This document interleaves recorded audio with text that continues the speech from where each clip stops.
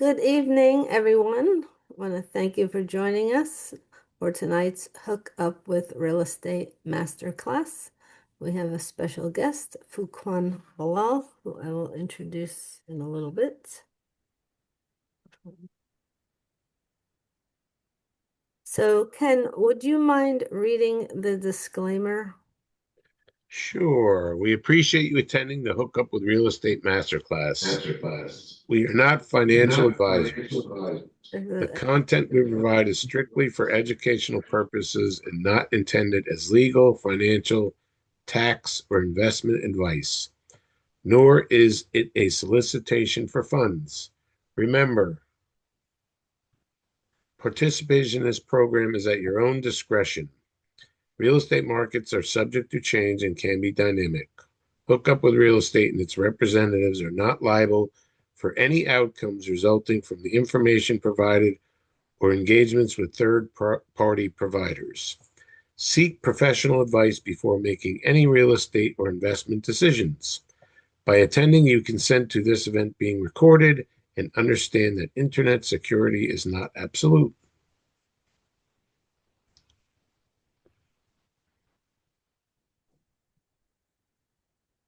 Can you guys hear me? Yes, I can. Yes. All right, Zoom.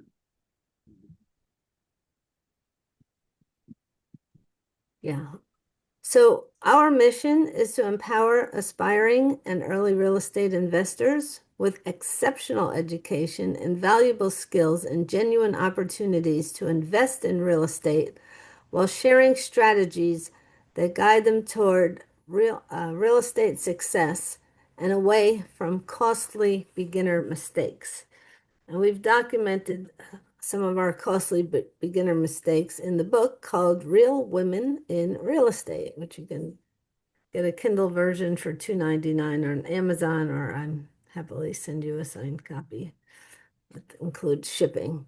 Also want to mention Ken is a licensed realtor in northern New Jersey. He's also a real estate investor, a tile contractor, and a veteran. If you'd like to reach out to him, it's kenneth-hook.weichert.com.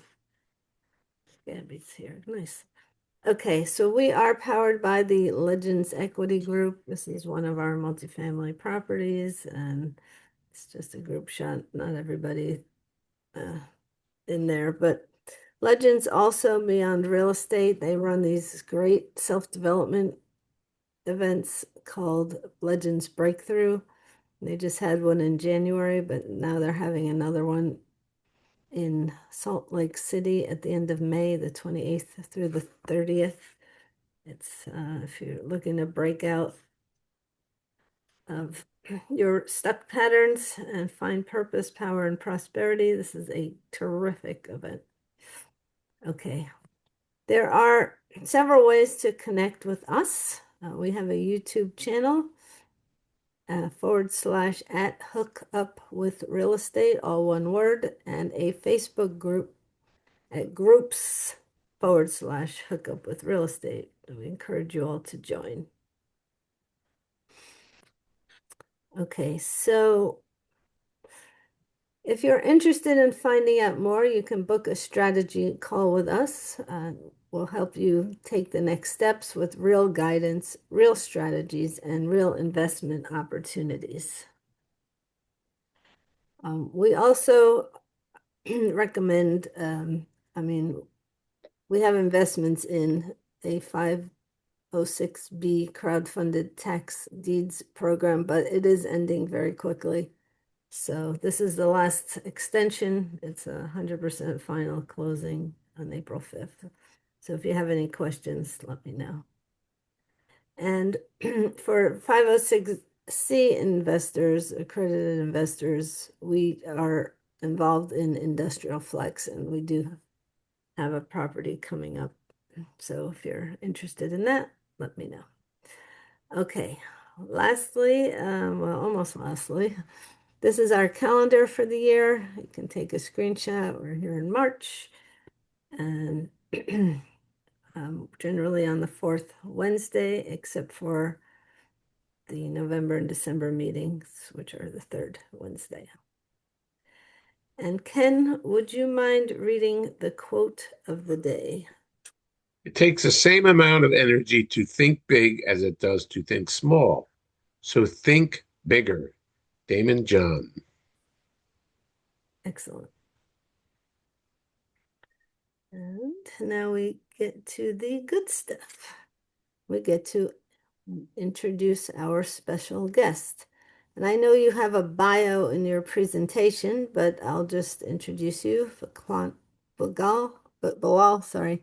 Fuquan Bilal has managed over $60 million of assets. He's a real estate professional, chief visionary officer of NNG Capital, and he'll share a little bit more about him. So please help me welcome Fuquan. I will stop sharing my screen. Thank you for joining. Can you guys hear me? Yes, we can. Yes, we Oh, can. wow. I went from my computer to my laptop to my cell phone, but I'm here. We're glad. So tonight we're going to talk about real estate. So I'll give you guys my background story. Um, but I'm grateful that I'm here and I appreciate your patience. I'm renovating a project in West Orange, New Jersey. And anytime I buy a property, I always introduce myself to the neighbors to the left and right of the property so they can call me and complain about me not. Oh. So I always give the neighbors my numbers so they can, call and complain about me renovating too close to their property line. Where's the fence going to go? Who's cleaning up the garbage? Calling the city. These are the things that you go through. Then I wind up buying a house when I'm done. That usually happens. I'm usually that lucky. But the neighbor called me because the fire alarm was going on off at the property, and none of my contractors wouldn't answer. So when you're in real estate, there's no excuses. You got to take action. I had to drive here. I brought my laptop with me. And I said, I'm gonna do this from the car. And then my laptop, I have this Apple laptop of a Microsoft guy. It wasn't working. So I said, let me do it from my phone. So I sent you the PowerPoint, Donna. You're probably gonna have to drive, or I sent you the PDF slide. So you're probably gonna have to just, if you share your screen with that, I can go through each one. But while you pull that up, I'll just go through my background. I started real estate in '99. I kind of jumped out the window and grew wings, falling down, as Les Brown would say. I worked in corporate. What I liked about real estate when I first got involved, I was shadowing my cousin around, and he was flipping a few houses, and that was my arch nemesis. He was like, "You're working for the man. I'm making more money than you." So I started shadowing him around, and lo and behold, a few months later, I closed my first deal and made half my salary. So I decided I sort of paint the writing on the wall. I went on my own. The next 6 months, I didn't make any money after that. Struggled really bad. I remember going through Garden State Parkway, and it was 35 cents at the time. I think the toll was. It's like $1.50 now. And I was scraping pennies from my glove compartment to pay the toll. Now this was after I got a big check for $40,000. I blew the money. I'm just a young kid from Newark, New Jersey. Grew up in a single parent household. My mom really struggled. Welfare recipient and everything else. So materialistic things was the first thing that I attacked when I made a big bag of money. The cars, the clothes, and the traveling, and the Gucci and Louis, all the stupid stuff. Right, young kid, 24 years old. And then I ran out of money and I couldn't pay the toll. And that was a wake up call for me at that time to really understand financial literacy and to get myself quickly around people who understood what money was about. So I went on this journey, educating myself about money, learning about mortgages. My older brother was a mortgage broker, a loan officer, actually, trying to get his own brokerage. And he was trying to get me to work with him. And I was like, I don't want to wait. This was before I left corporate. I don't want to wait 30 days to get a paycheck. I want to get paid every week because I was in the system. And then when I got into real estate, I started to take him up on what he was trying to teach me and started learning about mortgages and loans and the par rate versus what the brokers add on top when you get a loan, the back end points. I was really intrigued about all of that. And then I started to educate people in my community about how to qualify for loans. And I would do these big seminars and have brokers come out and get them pre-qualified. And at the same time, I was learning real estate. So I had these two ecosystems that I was building up, one with contractors, investors that had houses for sale, and then people who didn't understand how to buy houses, no money down or FHA loan, 3.5%. educating them on that, right? Once you become a teacher, like Donna and you guys do these series, I'm pretty sure you learn a lot as you do them as well, and it makes you sharper. I really got a bug for that and started to do that and built out this whole community and started to give people in the hood from where I was from jobs. There was a lot of guys that had criminal backgrounds, and they would complain, "I can't get a job. Nobody's going to hire me." So we would hire them to gut houses out and do demolition and stuff like that, and give them an opportunity, which later backfired on me. I'll tell you guys a story on that. But did that very successfully. Had the chance to ride the wave from '99 to the market crash in '08. But a few years after I got into business, in 2001, from '99, I was actually shot 5 times in my office in Irvington, New Jersey, because the same people that I had hired from the streets who had records to bring them in and give them opportunity, we were making payroll in cash. And I guess the word went out and they came to rob. It was a botched robbery. But that was the best thing that ever happened to me because it really taught me the value of life and things that people don't appreciate, like tying their shoes and putting their pants on, and just the simple things you learn how to appreciate. And it was a wake up call for me. It really had me go inward within myself and look at what I was doing and who I was surrounding myself with, and it put me on a different trajectory. And that's what really gave me the passion. My heart was on fire as it is today to really go to the community and make a difference. And at that time, as I was getting older, I didn't have any kids and anything, and I started to really focus on my skills and giving seminars and educating people, and that led into me selling a bunch of houses and creating a lot of great relationships. Then the market crashed in '08. I lost a lot of money, got divorced, went through all that stuff. Which was the second best thing that ever happened to me because at the time I was a slave. I was a slave of money, not a master of it. I was chasing money. My former wife at the time would, take care of the kid, and I wouldn't. I wasn't the guy that pushed his shoulder around and pushed the kid on the swing. I was running out chasing money, paying the bills, and doing what I had to do. But when the market crashed and everything got quiet in '08, real estate was my identity. So I had to really figure out who I was and go even deeper within and, went on this journey, learning meditation and reading all these self-help books and all that and rebuilding myself. In 2010, I learned a different strategy of real estate, which was note investing. And basically, how to buy notes directly from the bank at a discount, which is the top of the pinnacle. Because before it goes to a real estate owned property, the bank has to foreclose on the default payment. So, I was right there when it was at that stage and able to buy the notes from the bank and, started raising capital, buying notes. And, fast forward today, really, we have a two-pronged strategy. We have two verticals. One is multifamilies in the Southeast, where we can do our impact project, which is providing affordable housing to battered women and children, uh, seniors who can't afford a rent bump, or just low income families, Section 8, people who grew up the same way who I did, right? There's good people in those areas. It's not all bad people. So Hmm. that gave me my feeling of importance, basically changing complex to community. A lot of the guys who buy these multifamilies, they go just to increase curb appeal, turn a unit, increase rent, make more money. That's great. I like to call it purposeful capitalism, if you will. Changing community complex and what I'm complex to community. And what I mean by that is you can make the property look nice, but what about the people inside? Like, how do you change the mindset of those people? So, a lot of things that we do in our communities is financial literacy classes from with nonprofit organizations. They come in and teach people about credit, about financing. They help kids with resumes. They do Zumba classes for the seniors. All these are nonprofit organizations that partner with me for the complex to community whole project, and that's kind of what we do in the Southeast on that part. I used to have a lot of rentals in New Jersey. Mm. After COVID, a lot of New Yorkers were coming over, and Yeah. a lot of the tenants was not paying rent. Right, New Jersey is a blue state. I don't get into politics, but it's more of a landlord tenant friendly state, New Jersey. So COVID Hmm. basically told everybody if you don't have this COVID, you don't have to pay rent. So so I got tired of that, and the New Yorkers started to come over and pay more than what the property was worth. Pretty sure you guys are familiar with that. So we divested that portfolio and kind of took the war chest to the Southeast in 2001, 2021, and started to build a multifamily portfolio. So fast forward today, we have two verticals, which we do multifamilies anywhere from 50 units to 150 units in the Southeast.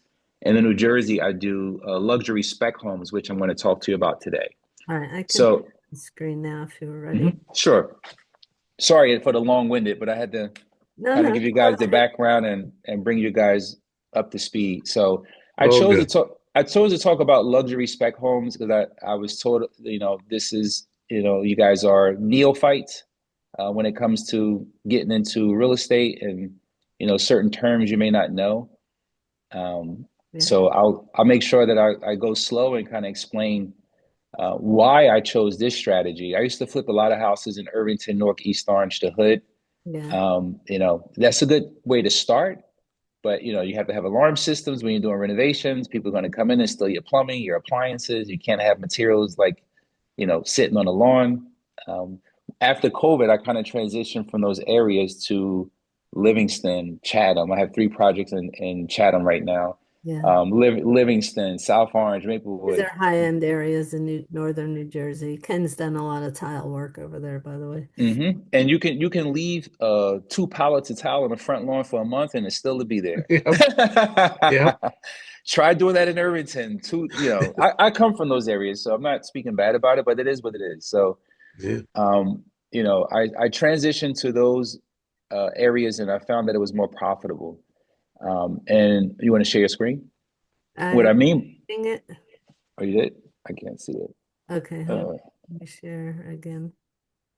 what I mean by that is it's more predictable. You can build systems and processes to build. When I used to do houses in the low income areas or just any flip, right? You don't know what's behind the walls. You don't really know what the foundation is about. You don't really know the true essence of the house until you buy it and you gut it out, and then you find out the beams are bad. You have carpenter ants. You have mold behind the wall. You have all these issues that you didn't budget in your construction, which eats into your profit. So when I started to do new construction, it's more predictable. You can build price per square foot. You just have to buy the land, the property correctly and have the right resources in order to execute on it. And you can create steps. You can create standard operating procedures to build, the whole project. Yeah, can And you get the screen on your phone or anyone can see the screen? Yeah, I you can Yes, guys, yes, see it. Yes. Yeah, I we can can see see it. it. Okay, good. yeah, I see it now. I see it now. Great. So, basically it's predictable income. And that's kind of why I chose to go, that route. So I have a disclaimer, which is the next slide. This is, purely educational.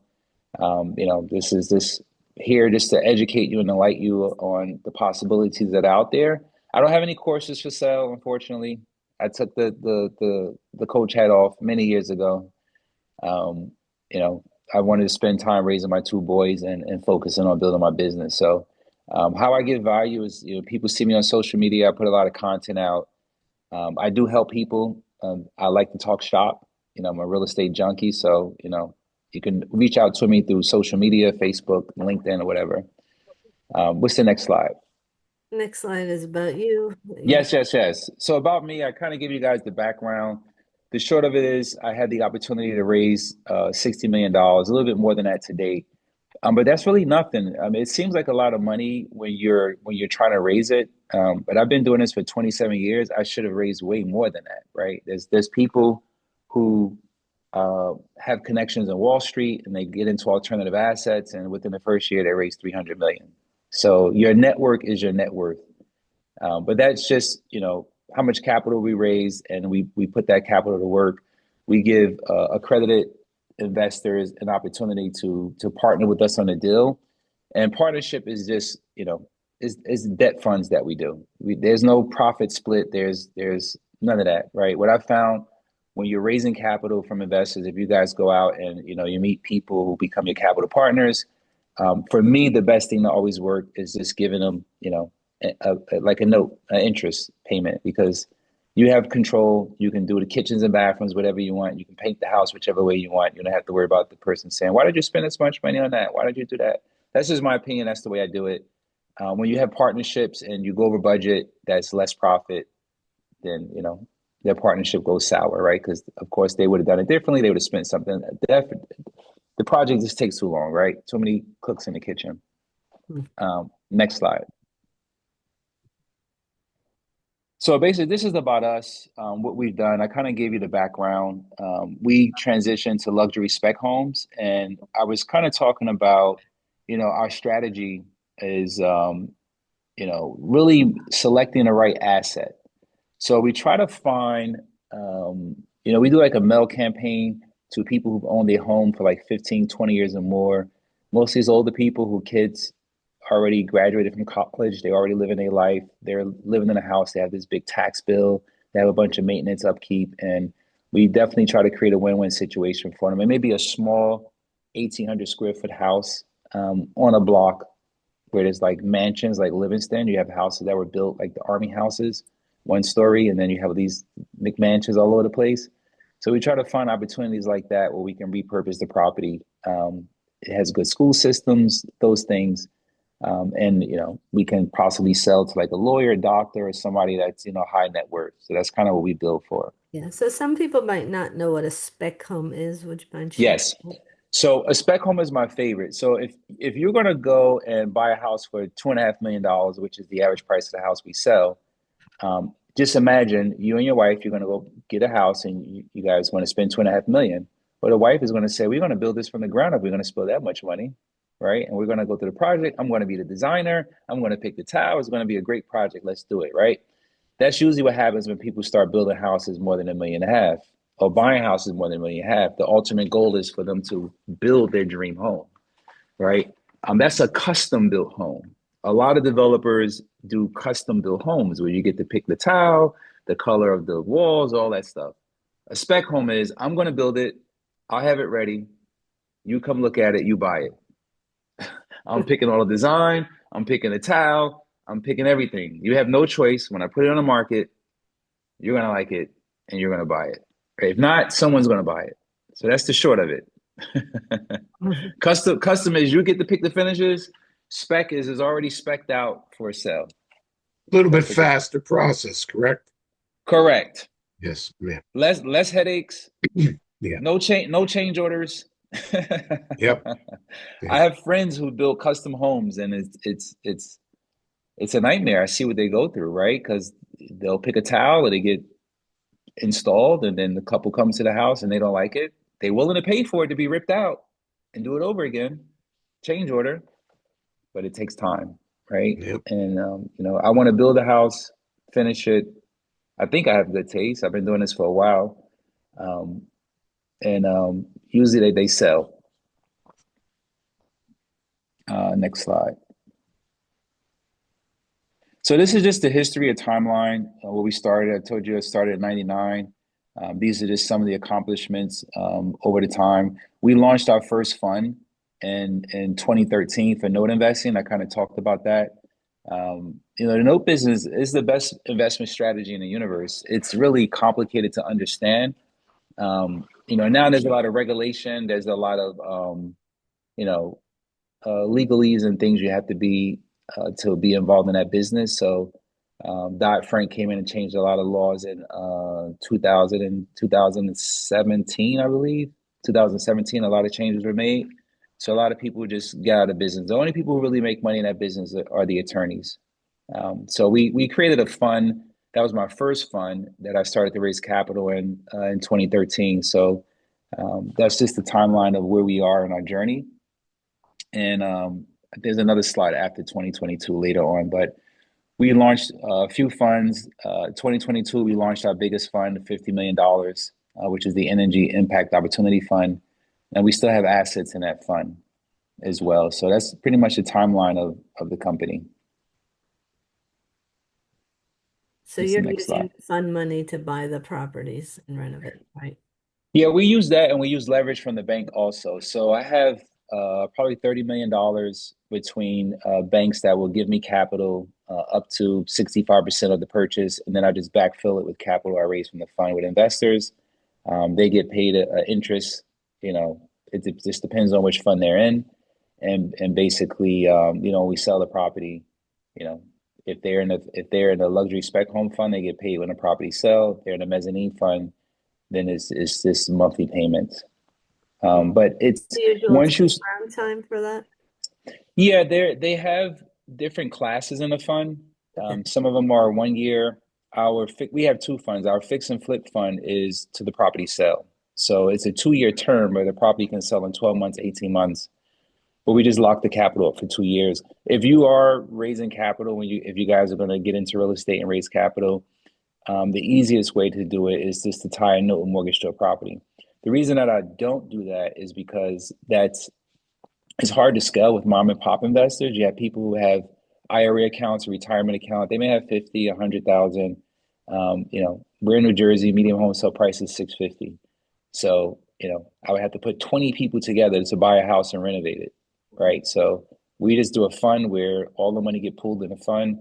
We buy the asset, and it's just easier to raise capital that way. I've been doing this for a while, and you have people who commit, and then things happen in their personal life, and then they back out. And run a fund. It's just makes it easier to be able to purchase and scale. So you'll start off with the mom and pops, and then eventually, once you get good at it, you do what you say you're going to do, and you know people believe in you. You'll be able to raise more money, and you'll go to a fund format. There you go. What's Okay. the next slide? So, Or basic, yeah, this is kind of what we're going to go through. Just the four key roles of a strong investment portfolio, alternative assets. Why they deserve a spot in your portfolio, and what makes the luxury spec homes so powerful, and our approach to maximizing high-end real estate while managing risk. So that's kind of what we're going to cover. okay, come on, And I believe this is I don't know if this is the PowerPoint or PDF that I sent you, but PDF. um, yeah, so you can send it to your listeners if they want to, get a copy of it to go through it, because I may talk too fast and they may not understand some of the jargon. So basically, the top four jobs of any investment portfolio is diversity, right? Generate consistent income, the growth of the capital through appreciation, and a stable investment asset. So I have a slide later on in here on Tiger 21 is an investment group that I follow, and it talks about like how the wealthy invest, like how their portfolio is split. A lot of people think it's 60-40, but it's actually not. 60 being stocks and 40% being real estate. But I have a slide later on. I'll tell you guys how to invest. But where I screwed up at in 2008 was I didn't have cash flow. I was flipping houses. I didn't have rentals because I didn't want the $300 a month. I didn't understand long-term appreciation. I wanted the money now. I was a young kid. I wanted to flip the house. I wanted the $40,000, $50,000 now. When the market crashed in '08, I wish I had those rentals because I had no cash flow. So if you're starting off in investing, cash flow is king. Diversifying stocks, if you're doing alternatives, if it's Bitcoin, whatever it is, right? Whatever you're doing, real estate, private equity, whatever it is, you have to have a mixture of things because not everything is going to work, and the market will test you, right? Mm-hmm. Things will go wrong, but having a diversified bucket will kind of mitigate the risk a little bit, and that will make the investment stable, right? So you're looking at it. It just depends on where your timeline is in your investment journey, right? Most younger people they want growth, right? And then when you get older, you look for cash flow. So what I've realized is a lot of investors who partner with me or been along on my journey, whether it's a doctor, dentist, or whatever, if they're a young surgeon, they want growth, right? So they want to invest into something that's going to give them a higher yield. It may have a little bit more risk. If they're about to exit their practice and they're older, they want cash flow because they're retiring.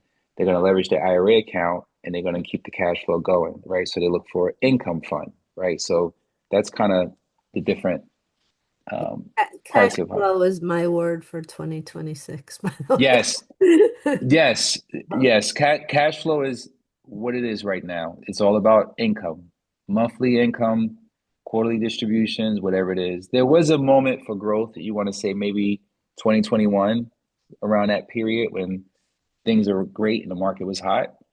A lot of people were looking for opportunities where they can grow. So they would invest in syndications, multifamily, where they could be promised a 22% return and an 8 pref and all the other nonsense, right? So, but you quickly learn, and this is why I have my fund set up as a debt fund. There's no profit participation. This is your coupon. This is what you get. All I need to do is perform and make profits and make sure you get that. It's very simple, right? Next slide. Okay. All right, so why alternative investments? We kind of talked about that, diversification, higher return, value creation, market-driven upside, tax advantages if you, depending on how you're set up, and stable cash flow and passive investments. Um, a lot of these things you can do with traditional investments, also stocks and everything else. But what I've found is, alternative investments is for me, um, it over long term does good. Like you can get into a debate with people who have stocks. Like, I made 15% return, and this is what the S&P gave. I get it, right? Um, but there's things happen that the market dynamics, like there's wars going on now. It's just a roller coaster. So for me, having something steady that I can control is a little bit more peace of mind when it comes to investing for me. Yeah. Next slide. So basically, these are the different types of alternatives that I kind of spoke about earlier, right? So my youngest son, he's 17 and he's heavy into cryptocurrency. I don't understand it, so I don't invest into it. He has been playing Roblox. He's 17 now. He's been playing Roblox probably for, I don't know, 10 years, whatever. And he taught me something that I didn't know. He actually buys the crypto, I think it's Ethereum or whatever it is, and he converts it over to these skins for your characters into the game, and they're valuable and they appreciate so fast. Like he bought a knife and a crown for like $700, and it's worth like almost $3,000 now. He owned it for like less than a year and a half. So I'm trying to understand like how to lose value, what's going on, but it's a rare item, so it keeps appreciating. I'm like, sell it now, sell it now. He's like, no, I'm keeping it. So there's different ways that you can have that play. You just have to understand it and be educated. People have collectibles, whether it's art or whatever you have. Real estate, private equity, private debt. Um, there's all types of different things. You can invest in a hedge fund, commodities. So these are different types of alternatives. It's not just real estate. People, precious metals, oil and gas. There's a bunch of different things that you really have to educate yourself. And what I realize is really more than just the investment is the sponsor, right? So um, when um, when things get tough, you want to have somebody who's going to communicate, who's going to be honest with you and tell you, we're losing money, but this is the plan to make it work, right? Um, if you do this long enough, you will lose money. Like if someone's tell you they've been doing this for 10, 15 years and never lost money, don't deal with them, right? You will lose money. And that's usually what I tell investors that partner with me. It's a possibility you can lose all your money, everything. I'm going to do what I can do. I'm going to show you how it's protected in the risk adjustments, but you still can lose your money, right? You have to know the risk. You want to make the return, you want to play the game, you got to have a tolerance for the risk. Other than that, don't invest, and Yes. put it inside the bank and earn 0.0000.01. I think that was the last time. What's the next slide? So this is pretty much how it stacks up, right? And you see here, real estate has more benefits. This is just a slide to show you, the benefits of alternative assets. And this is a comparison between all different types of alternative assets and how real estate stacks up against them. That's why, I like real estate. I was telling someone earlier, that is the only puzzle I haven't figured out because there's so many different facets. I told you I did notes, purchasing from the bank, they're fix and flips. You can do seller finance. There's just so many different ways that you can play in real estate. And the goal is to become the architect of it and to be able to put a deal together from using the different strategies. So, for example, I did flips before I got into notes. So when I bought notes and I would foreclose on the note all the way in North Carolina where I had no resources, I would use my real estate skills to communicate with the realtors in the area to list the property, and then I would use my notes skills to do owner financing to the buyer and fund their LLC and hold the note and get cash flow, and then sold the note. So I was able to navigate using different tools in the tool belt, if you will. What's the next slide? So 4 reasons to invest into alternatives: achieve greater flexibility in retirement, boost your financial freedom. So it's higher returns, faster goals, more freedom, less stress, earlier retirement, for more personal time. So I'm going to be honest with you. It's not passive. Even if you're investing in a fund, it's not passive. Um, I used to think when I was younger, when they used to say, hey, there's passive investments. Even if you are a passive investor, you're still actively managing your investments. You still have work to do. You're not going to be sitting Hmm. somewhere on a beach. You're not going to be sitting on a beach smoking a joint with money hitting to your account and you're free. It's never going to happen. You're going to be working. You're going to be actively managing your passive investments. Creating multiple streams of income. You have the opportunity to do that. Protect yourself, your future generation is a safety net for future, less stock market risk, and a peace of mind. And again, I'm not bashing the stock market. I think having diversity and having a play of both, I think it helps out in long term. All right. All right. Yes, it is not passive. I'm here to tell you. I'm here now to the property. It's not passive. I had to run to the property. So this is how the ultra wealthy invest. This is the slide from Tiger 21. So you have to have 10 million liquid to be in this group, like cash, like 10 million, not assets. They want to see cash that you can liquidate it, whether it's through a whole life policy or checking savings account to be in this group. And what they do is they teach you, you connect with different people and different types of investments, buying businesses or whatever. But I've consulted with them a few times, and they shared this information with me. They have a group here in Westfield, New Jersey that meets. There's one in New York. They invited me out, but you know, my money is constantly deployed, so I couldn't meet that liquidity threshold because me having $10 million sitting in the bank account is like I'll be going crazy. It's losing money, and money need to make money. So, so, but they did share this information with me, and basically, this is just a breakdown of how they do it, right? So it reflects a 23/9/68 split between stocks, bonds, and alternatives, deriving from the traditional 60/40 split. And this means that there's higher focus on illiquid high growth assets, lower emphasis on liquidity and income stability, and is designed for long term capital appreciation. So, it's a strategic tilt, right? So 68% allocated to alternatives, right? That's the key part because I mentioned earlier, alternatives help you get to your goal faster. So it's heavily weighted towards real estate and private equity, and it signals higher risk reward strategy favored by the ultra wealthy, right? So that's just a slide of how it goes. And this is from 2024. I had to get the most recent 2025 from them. To the next slide. So, and it's just a breakdown. It shows over time, right? So if you look at, let's see, this is numbered on the show you. It shows an investment, right? So basically, they did two different tables of what it looks like over the term of 20 years, right? Just traditional investments on its own and traditionals mixed with alts. And you can see it's a higher return. It's almost like $4 million or $3 million more over the time of 20 years. What's the next slide? Kind of, I think I had the breakdown on that. So, over 20 years, the alternative portfolio outperforms the traditional 60/40, right? Additional $4 million net worth, right? So in year one, the alternative portfolio yields 124,000 in passive income versus 36 with just a 60/40 split. So and by year 10, you see a big bump up. And then over time, it compounds and grow. So this just shows you, the difference between, having alternative assets in your fund, heavily weighted towards that versus just the 60/40 traditional way. What's the next slide?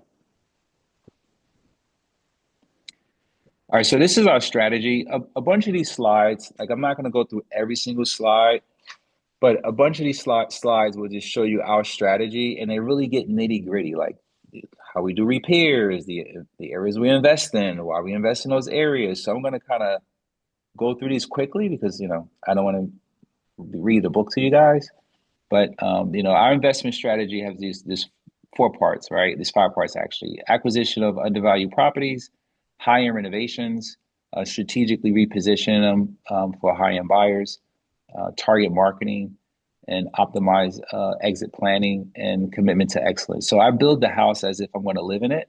My main goal when I build the house is to have the wife come in, see it, and then the husband is in trouble. That's the main goal. Seriously. The wife has to have it. I may do a man cave for the guy, I might do something nice, but when she walks in and she sees the kitchen and bathroom and the entertainment and everything, right? Um, it's no, they can't resist, right? I have a property right now, 264 Ridge Road. You probably can Google it, right? If you have access to a computer. 264 Ridge Road in Watchung, New Jersey. If you pull it up while I'm going through these presentations, you'll see the quality of the work that we do. That's a 7,500 square foot home.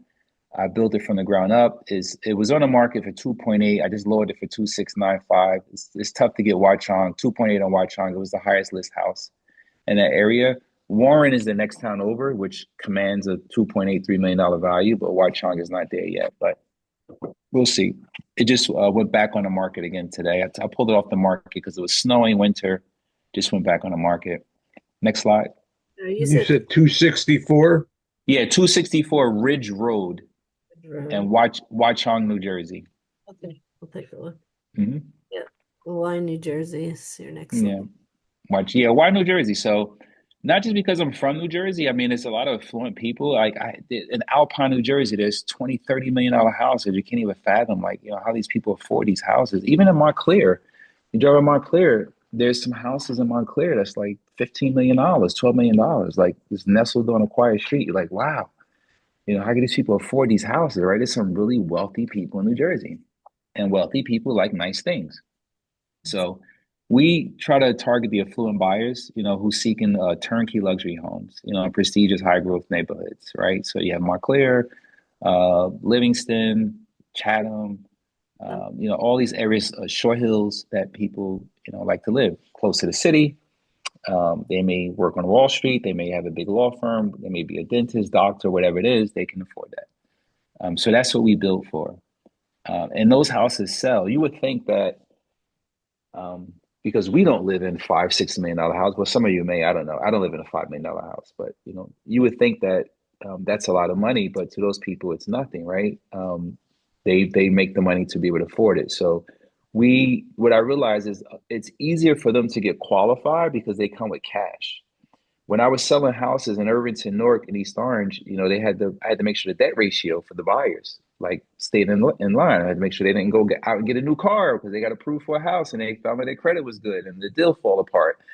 So when you're dealing with a house that you're selling for 500,000, it's different when you're selling a house for 1.5 million, 2.5 million, because you have a more qualified buyer that have money in the bank and who can be approved, right? You just got to make sure the product is right. So luxury spec markets are a little bit more desirable. I kind of spoke about that earlier. The prices are steady. You can build a repeatable process. You can control your costs. So I found that those are more profitable. When I was flipping houses in Jersey, in Irvington, Newark, and East Orange, in the lower areas, 50, 75. If I was lucky, I made, 150,000. It was, yeah, we made a good deal, right? When I started to move to the luxury spec homes, the profits are more like 350, 800 million too, Wow. right? Per project. It's a game changer, right? So I would rather do two of those than 50 of the other ones, right? And worrying about people Yeah. breaking in, stealing stuff. So it just made more sense, right? Less is more.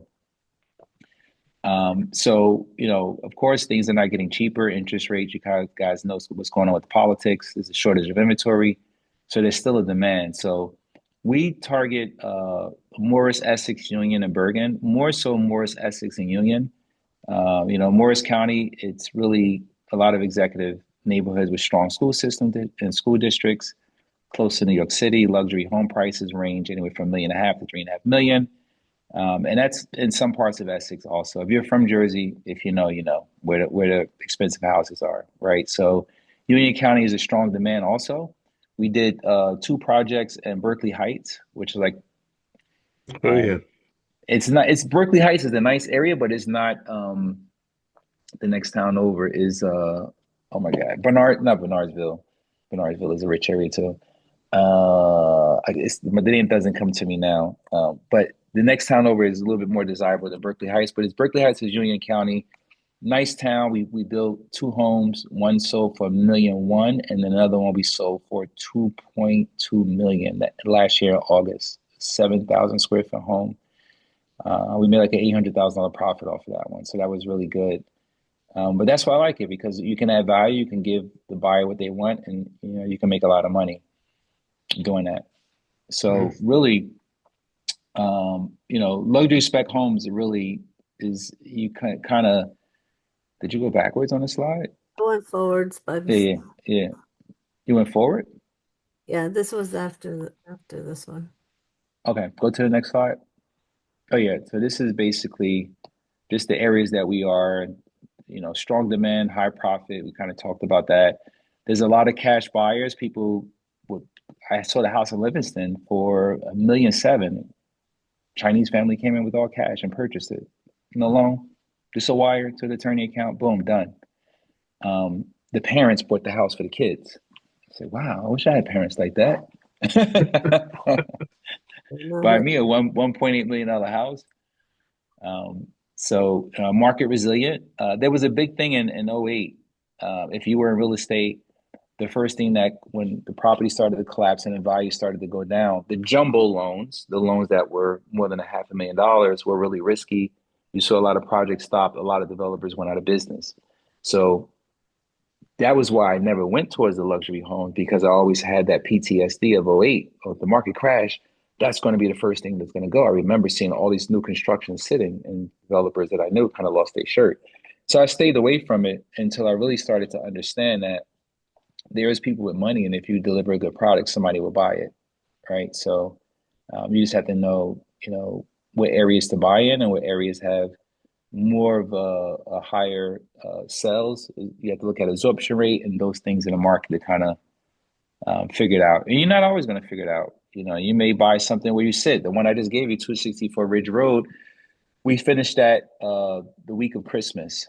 And I've never sold a house in December. I've never listed a house in December. I've always been successful at hitting the market from March to September. But this particular house, we didn't finish until September. The broker goes, let's just list it. I go, let's just wait till the spring. No, let's list it. We might get someone. We listed it, you know, and it's still listed. So I had to pull it off the market because all the snow, the winter. Now we're putting it back on the market for spring. So we had a lot of lookers. The market's changed. People want deals. So we're kind of seeing where that's going to go. But I believe it will sell. We have it priced right. What's the next slide? So you have to have the stomach also to sit. Usually, this is probably the longest house that I've sat on when I finish. Usually, we get it under contract within 45 to 60 days when we finish it. So this one I listed in December. We had a lot of lookers come out, busy open houses every weekend. We ran an open house every weekend. We had about 6 couples per open house, but people who's buying that house, they have kids. The kids are already in school. So they're not looking to move until June when the kids get out, right? To get them ready for school in September. So that's why I've always put stuff on the market between April and September because, the house I sell is 6, 7 bedrooms.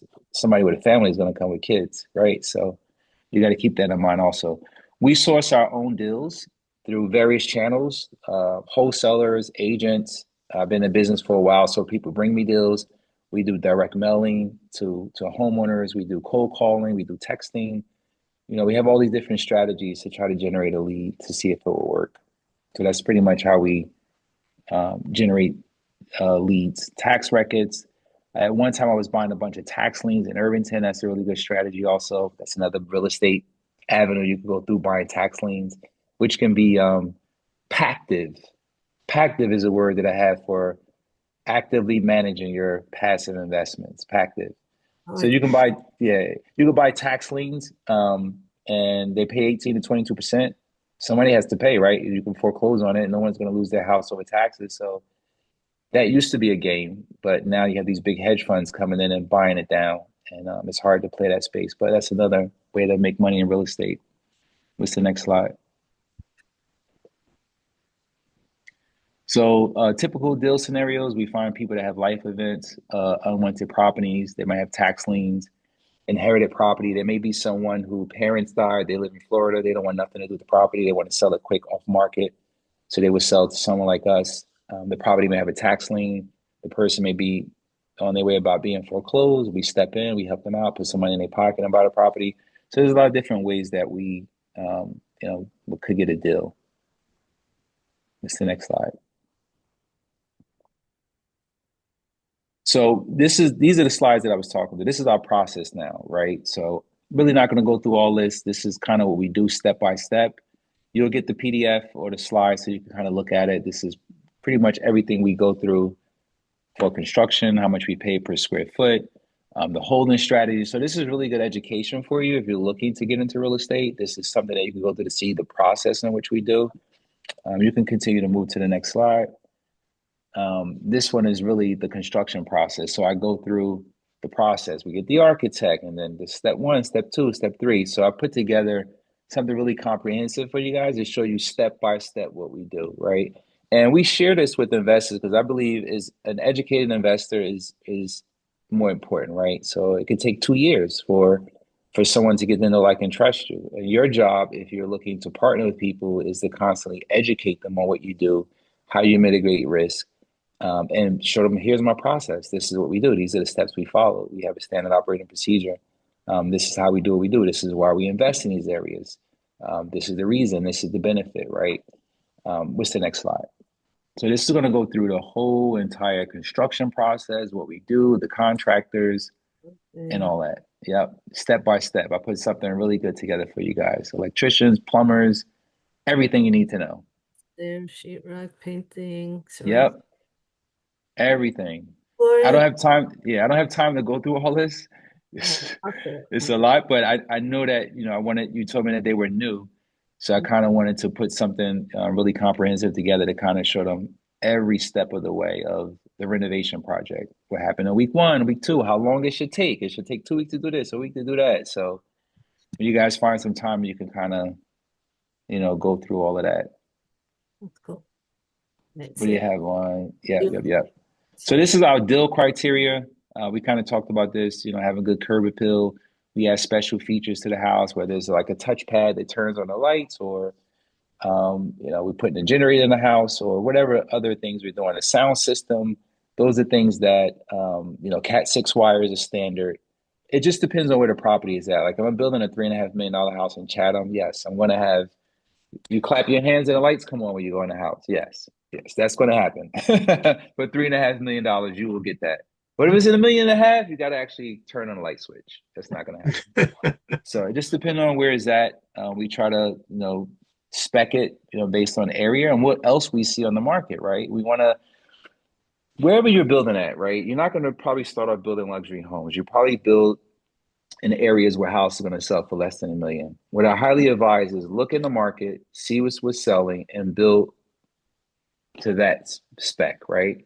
Look at the fixtures they're doing. A lot of times it's Home Depot, it's Lowe's. Do the same thing. You don't have to, you want to make money, you don't want to make art. That's the biggest mistake that I made, right? I was into designing, which I still am, and becoming an artist and doing this nice project, but the profits is smaller. And I was like, I don't want to make art. I want to make money, right?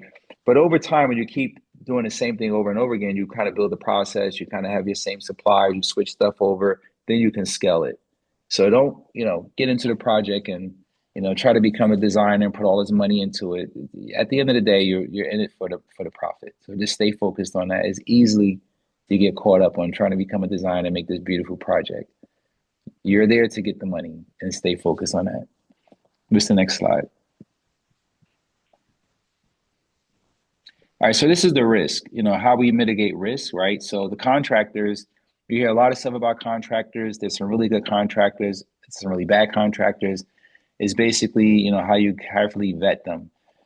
A lot of times what I do is if I'm on my morning run and I'm running and I see construction going on, I'll stop. I'll speak to the guys. Most of the time, they're not the owner, but I'll go through the project. I'll look at it. I'll get permission from them. I'll see the quality of the work, take a picture of the truck, call the owner, meet with him, speak to them, go see other projects, have them give me a list of some of the people they build houses for, call those people up.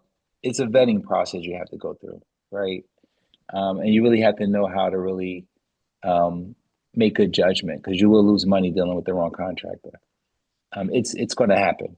It's going to happen. Some really good salesmen out there. Material procurement and planning, very important. So what we do in our planning stage, we put a lot of work into it. Before we buy the house, we do a zoning analysis to make sure we can build what we're trying to build. Okay, side yard, front yard, setbacks are in compliance with the zoning. $350 you pay an architect to give you a zone analysis. Then we do the plans, and then when we build the plans, we do the request for proposals. We get all the costs, but then we take everything and we put it into a scope of work. And we take the architecture drawings, we snip pictures out of it, we put it into a PowerPoint. We take all of the supplies, the vanities, the towel bar, the door lock. We put all the stuff into a nice presentation, put it into a QR code, and then we put it at the property so you can scan it and you can see at the property which way is the towel being landed, what goes where, right? That stops the phone calls. But as a lot comes in the procurement and planning, you may spend weeks doing that. But that's where the secret recipe is at, because you're going to build your process, you're going to find your materials, you're going to have that done, and once that's done, you just follow that process. You can hand it to each trade. Now they have something to do. We put it in the property on the QR codes because when you hand the contract the scope of work, guess what happens to it? It's lost. They It's in the lose it. garbage. Exactly. They're not going to read it. Yeah. They're going to try to follow the plans. And you will see you spend all this time putting together a scope of work with notes and here and this nice little booklet. And as soon as you walk out the door, they're going to throw it to the side and do what they got to do. So we post it on the window, QR code. When they start calling us with questions, there's a QR code, scan it, hang up the phone, and there's less questions, right? And you have to be at the project. You have to manage the project. Post-closing mitigation, we kind of really regular process monitoring, like right, conduct frequent inspections. You have to be at the property. You have to meet before the project, go over the scope of work, coming in between, throughout the project. Having a really good project manager is important. If you have the time for this, right? If you want to flip houses, you definitely have to have time. It's fun. You can make it fun, right? But it's frustrating at the same time also because you have people that's not going to dance to the same beat, right? They're going to want to do their thing their way, and you're trying to get things done in a process, organized format. And it's tough to find contractors who are very organized and efficient. You have some, but most of them are not. So you have to kind of keep them on track, and that's a full-time job. Change order management. So we like to actually build the scope of work so they can follow it. And then we tell them you need approval before you make any changes because we're not going to pay you because you saw something that was in the plans that's not actual now on site. That happens all the time. You decided to make a change without checking with the architect, without checking with me, without telling me the cost. You're not going to get paid. So, that's kind of how we run shop. And then you have to do a contingency for your budget. People always say count for 10% more. I do 25%. So if I'm doing $1 million project, I have a $250,000 contingency. I may not use it, but I have it there, and that's the way we mitigate risk. Right? What's the next slide? All right, this is this continuation of that. This is on the due diligence part, right? So really, you can have a realtor give you a CMA, a comparative market analysis. What they're going to do is just look at comps in the area, what's sold, how many bedrooms, how many bathrooms, how many square feet, price per square feet, and you kind of know what you have to build to get to that number. So you can just reverse engineer it that way. And you want to really identify your buyer. So you can build a spec home and then you can start to market it when you're halfway through because you already have that PowerPoint I told you with the towel, the vanities, you already have that built out. So you can tell people this is what I'm building. Nothing is going to change, right? You may can pick a color paint, but we're not going to change ceramic. We're not unless we find something that's equal to cost, right? And I still don't like doing that because it's still a headache. So I keep them out to the end. But some people like to have their buyers lined up, so it mitigates risk. So by the time they get the finish line, they have the buyer and they close. A lot of guys that I know do that. I don't have the patience for that. I like to just build it, and you come see it. You buy it. You buy it. You don't. Right? Less drama. That's right. Yep. All What's right. next? What's the next slide? Um, You can go to the next one. Let's see. I think. Yeah. So I told you who's buying these homes, like affluent families, people upgrading. I think I had some people come from Bayonne to look at the project in Watchung. They're kind of upgrading from, Bayonne, New Jersey, Jersey City, New Jersey, up to like Watchung area. Um, and basically people, status seekers, people who want to have nice entertainment. These are the type of people that, buy these type of properties. What's the next one? So this is the same thing. Go to the next slide. All right. So I guess this is the part where I start talking about my company. I kind of gave you guys your spiel in the beginning, who we are, what we do, and our why. I wanted to save some time for questions. I mean, I don't want to, go through slide for slide. I don't know how we're doing with time. It's probably like 50 more slides left. I don't know how many's in this deck. I think it's like 40 something. Yep, 25. Um, yeah, yeah. Um, It's 25 more? yeah. You went through It's 38 and it's showing 60. All right, all right. We're not going to go through all of these. So this is usually what I send people as like information, education, on our whole process on luxury spec homes and why. The most important part is I wanted to go through was alternative assets and how the ultra wealthy invest and how their portfolios blended. The risk mitigation. The areas that we invest in, the type of product that we invest in, and why. So you're going to get this PowerPoint. You can request it. I'm sure she'll send it to you, and you can spend time and go through it. It's really comprehensive slide deck that you can go through and kind of understand this model. I want to open it up for any questions. I know I've been talking a lot. I'm kind of getting tired of hearing myself talking. Let me Um, stop sharing for right now yeah, then. I'm starting to hear an echo in the back of my head. Mm. But first, I'm sure people want to know how to get a hold of you. So if you wouldn't mind, can you put it in the chat how they can reach you? Sure. I mean, I'm on social media, Fuquan Bilal, Fuquan Bilal, Bilal. You could catch me on Facebook, hit me a message, or that's the fastest way to get to me. If you're interested in learning more about how you can partner with us, you can go to my website. It's nngcapitalfund.com. That's Nancy George, capitalfund.com. Schedule a discovery call. I have a lot of information on the site.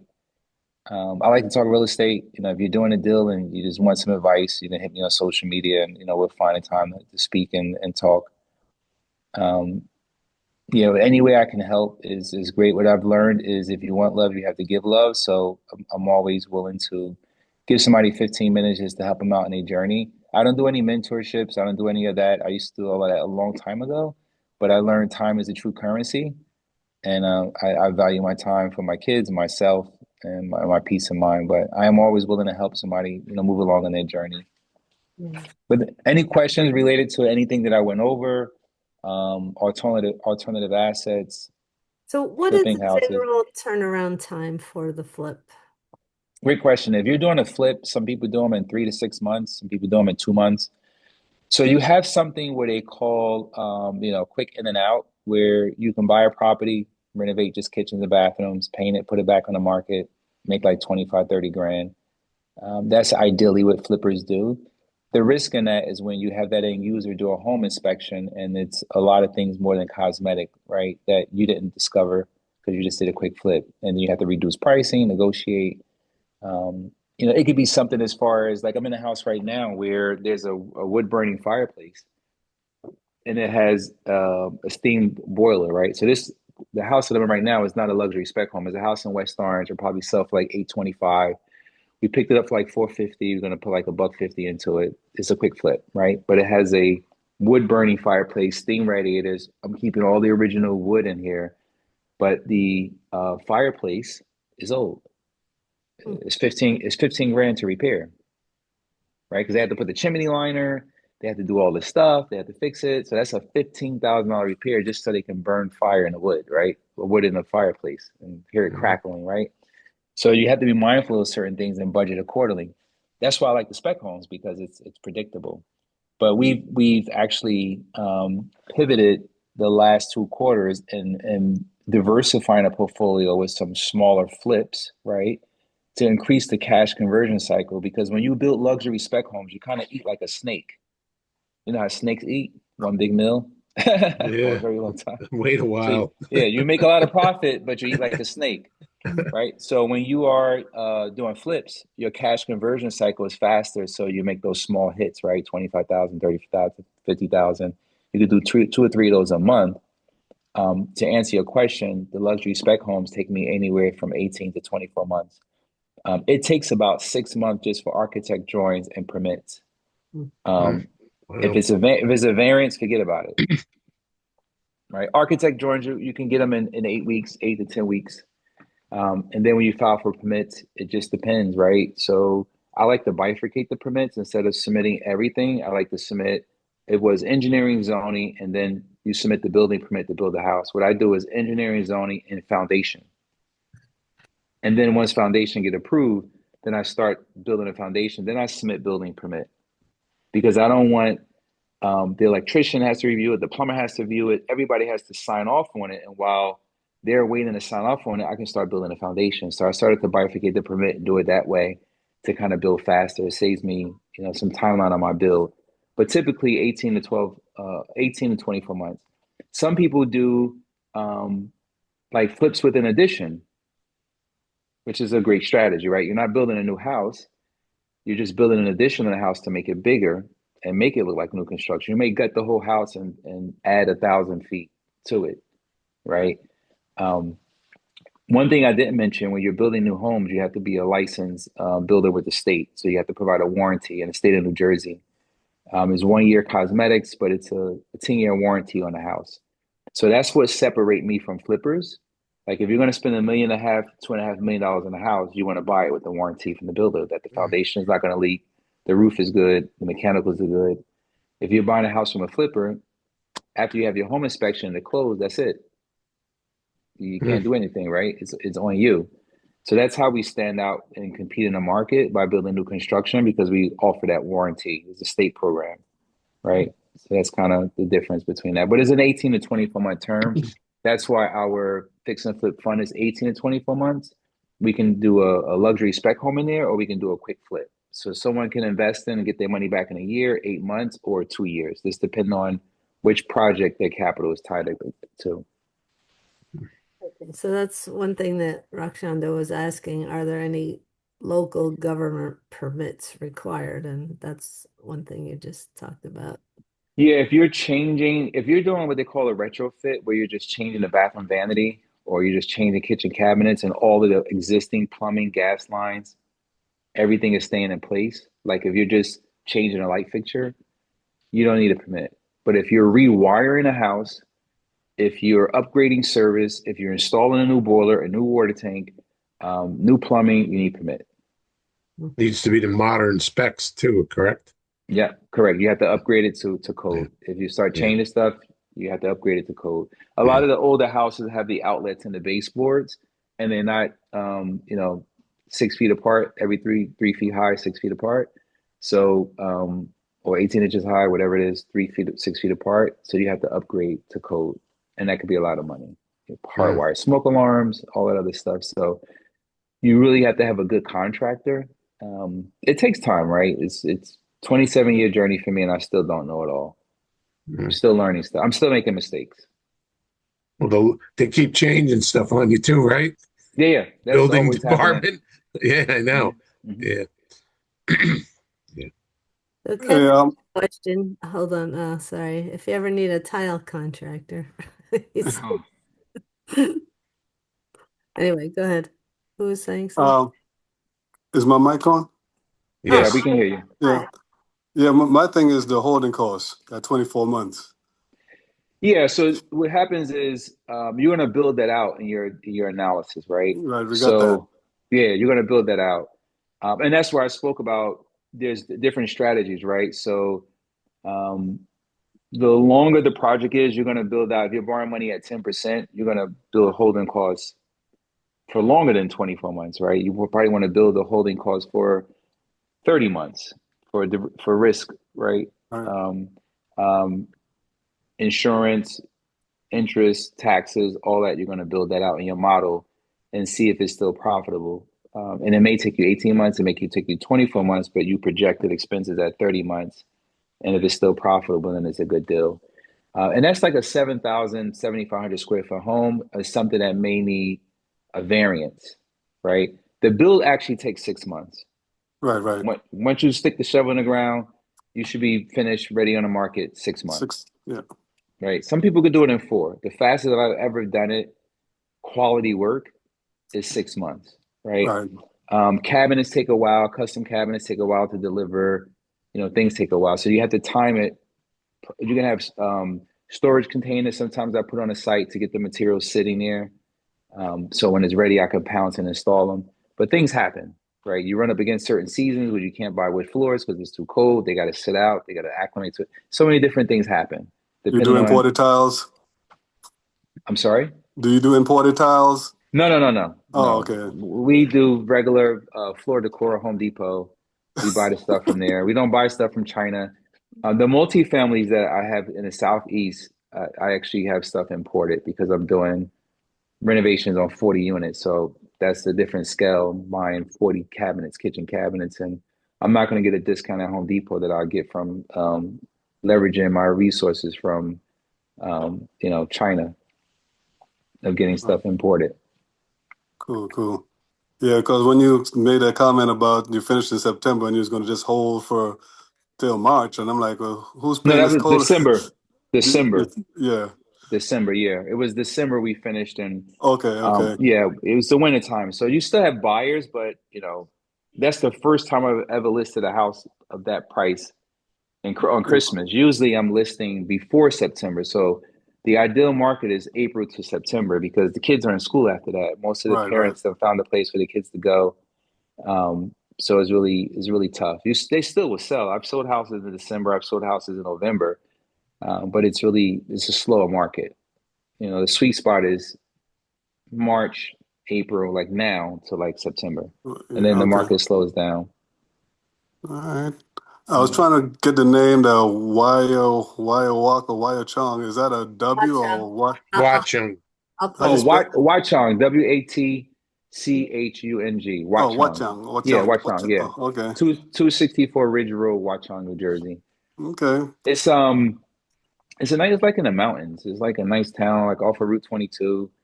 Um, that's actually my first project I've done in Watchung, so it's a really nice area. You On want your to be marketing, secluded.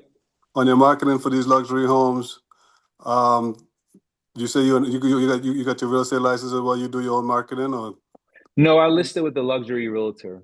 oh, That's okay, it. so Yeah, they yeah. do the big binder the whole time. Okay. Yeah, they market it. They do the open houses and all that other stuff. Um, I got my real estate license. It was really to get closer to the REOs, but then my broker passed away, Uh, a cancer. So he ran like the banks would give him the REOs, and I would go, oh, I can actually get my license and work there and get access to it before it goes on the market to investors. And then I got my license, and he passed away a few months later after that. But I really focused more on the investment side of it. But since I went to school and put the time in and got the license, I just keep renewing it. uh, yeah. Yeah. Well, my thing was on the holding, right? I got in kind of late, but I understood that you raised a lot of your funds, so you're not pressed. Say, if, for example, someone like me who's doing hard money, that holding cost would be like your biggest, you know, burden if you go over, you know, your time, the 12 months, whatever it is you're working with for your hard money. And you say most of them funds are already pre-raised, so you can just go ahead and set the price within your budget to cover your holding. That's pretty much what it Yeah, is. so we have leverage also from bridge lenders, which I guess you're calling hard money. Yeah. They may charge 10%, 9%. I just did a loan for 1,900,000 at 9% for 9.75 for 12 months. So you do have that's considered hard money actually. So, but I raised capital at 10%, 12%. So it's all the same to me, right? It's Right. just the blended cost of capital. But yes, you are correct. The timeline is really essential because you want to finish faster and pay less interest. But most of the lenders, they give me 18 to 24 months. I would never do anything for 12 months. It's Well, not we're enough never no time to build customer, wealth. no spec home at that size either. So yeah, I Mm-mm. get it. Yeah. All right. A Yeah, we flip, a do. flip you can do a flip you can do a 12-month We're term. doing like 25 out here, so Yeah. 25 square foot, so we get in there pretty quick. Yeah, Okay. what area are you in? I'm in Atlanta, Georgia. Okay, yeah, yeah. I have multifamilies in Macon, Georgia. Oh yeah? Um, yeah, one of my guys, he does a lot of stuff in Atlanta. So I do multifamilies in the Southeast where we buy apartment buildings, anything from 50 to 150 units. We do all that in the Southeast, Alabama, Okay, Birmingham, yeah, so more and likely you down there by Warner Robins, places like that then. yeah, that's Yeah, with the Army Macon, base. Warner Yeah, Robins, yeah, Macon. in that Yeah. area. Yeah, All that right. area.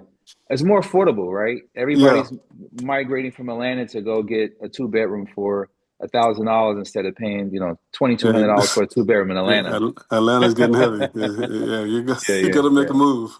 yeah, yeah. All right, And it's only man. like Well, 45 minutes an hour away from Atlanta. yeah. Well, So, I'm about 40 minutes from Macon. I'm south hmm of Atlanta, a little bit south of Atlanta too. hmm Yeah. All right. Well, I appreciate your insights. There was a great chat. I Yep. appreciate it. Thank you. Chat Mhm. and NG Capital set up a call, Nigel, just to chat more. Oh, we should do that. We will do that. I think so. So Dale has a question. Dale, your hand is raised. A My phone question is. and a couple of comments. First, Don, I wanted to thank you for bringing Fuquan on. A lot of information, appreciate it. And Fuquan, I thank you for being here. I apologize, I'm not on screen, but I am driving. Former Jersey girl here, so I know where Watchung Mhm. is. Okay. I am a South Jersey girl myself. But wanted to ask you, I imagine that you have your own calculator developed that you use to plug all of your numbers into. Did you create it yourself, or how did you come by getting the calculator that you use to determine how you move with each property? Yeah, so we hire analysts to kind of help us with underwriting and building like spreadsheets and macros and all that. You can Okay. easily do that from Upwork.com.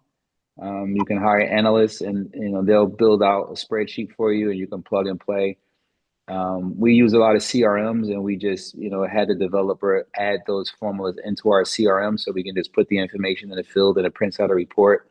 We're using a lot of AI now. You have to be careful with that. You have to put some human into it, but we built a lot of projects in ChatGPT with some really good prompts to help us really get high level view over the deal before we spend a lot of time in it and run a quick analysis. So there's a lot of things you can do with AI now that makes it easier, especially Claude. Claude is like amazing for like spreadsheets and analyzing and stuff like that, better than ChatGPT. So I've been in ChatGPT for like 4 years now. Like when nobody knew about it, like, I was in playing around with it. I actually told my kids about it. They're like, what is this? That and Sora before it became a big deal. But yeah, you can do all that stuff, and with AI now, you don't really have to do calculators and stuff. You can just build a really good prompt, and you can have AI build the prompt for you. You can just tell it what you want it to do, and give it to me in a prompt format, and you can set up a project in Chat GPT if you have the paid one, and anything you load in there would just run the analysis, and you just have to do the human part and look through it to make sure that it's right. So yeah, we're in different times now. Things are much easier with AI. Absolutely, absolutely. So thank you for that, because everybody mentions AI, but there are so many different programs in AI. You can't just say, I use AI. Okay, well, hmm what particular AI do you use and hmm how do you use it? So I appreciate you specifically calling out Claude. And then I also did want to thank you, or not thank you, but just wanted to note, I appreciate hearing you say that you pulled back or adjusted how you approached all of this so that you could spend more time with your boys, because a lot of people get caught up in building a legacy for their kids, but then they don't have the relationship and then the kids don't care about the legacy. So it's nice to see that you're managing both sides of it. So I appreciate hearing that. Yeah, it's sad to be the lonely king. Yeah, yeah. Exactly. Good way to put Yeah, that. yeah. So thank you so much. You're welcome. Thank you, Dale. That was great feedback.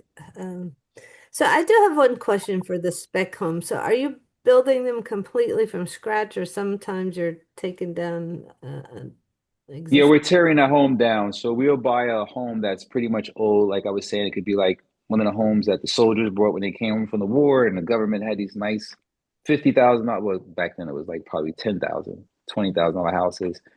But the smaller homes, that's like one story with a basement. All the bedrooms are on the first floor. There's no second story.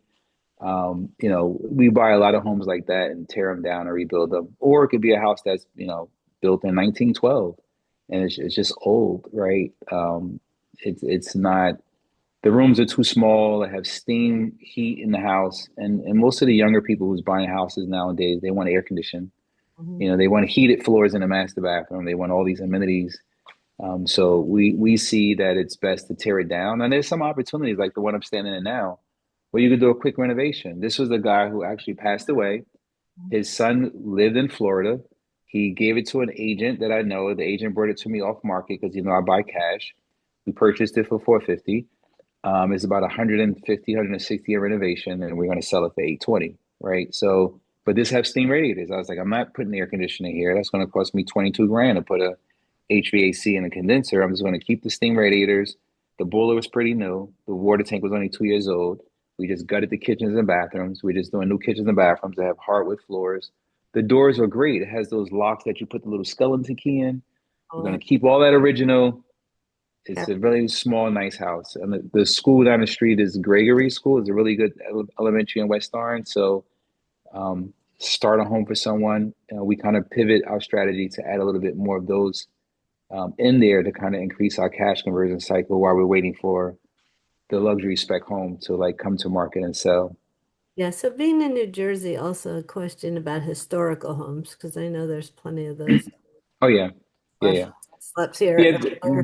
Those I kind of stay away from because it's like a variance. You have to go in front of a board.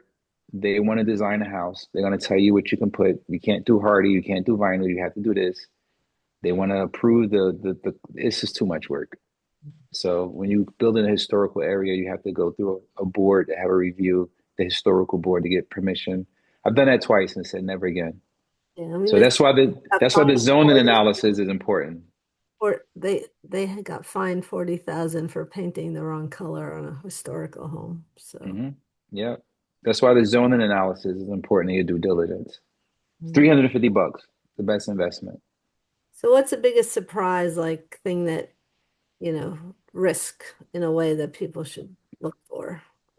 I would say environmental. I bought a house in Orange, New Jersey.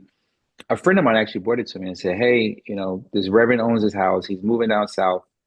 Yeah, and basically he brought it to me. I was managing a property, and it's a single family. It's 35,000. I'm like, what's wrong with it?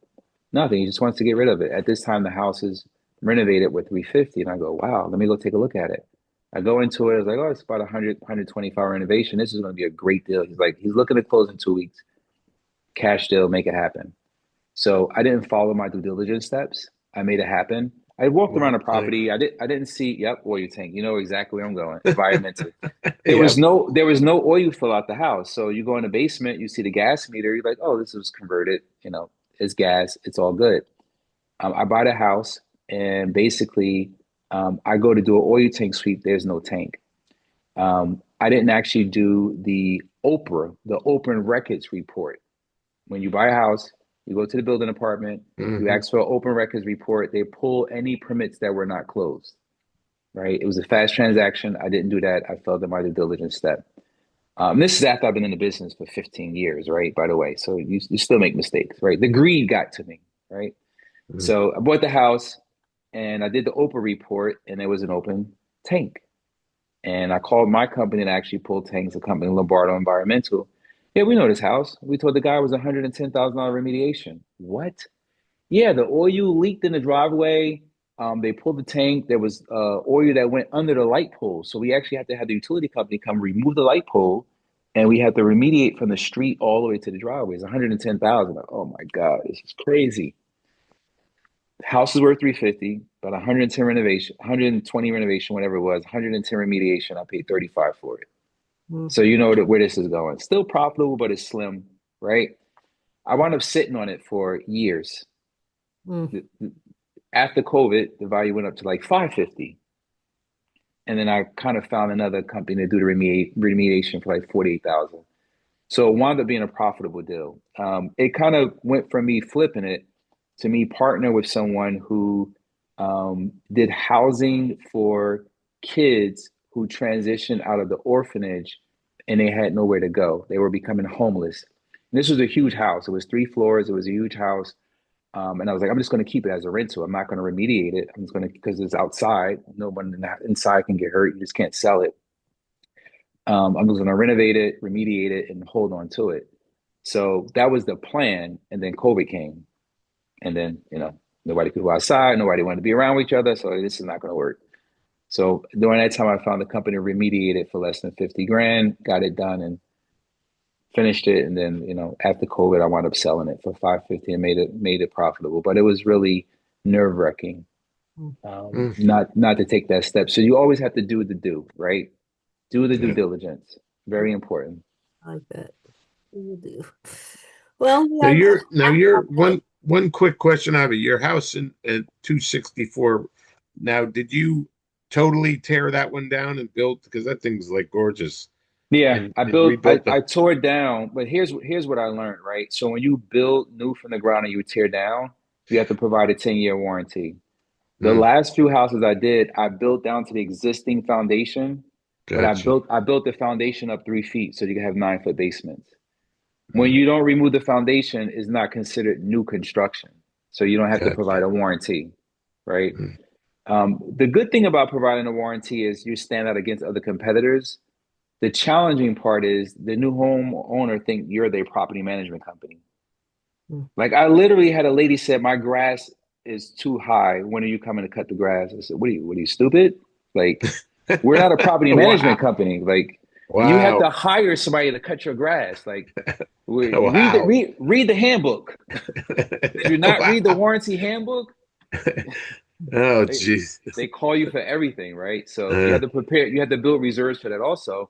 But what you want to do is structure for your contractors to give you 1 year warranty on their labor from the last time they passed their final inspection. So you have them on the hook for a year after they have their last inspection.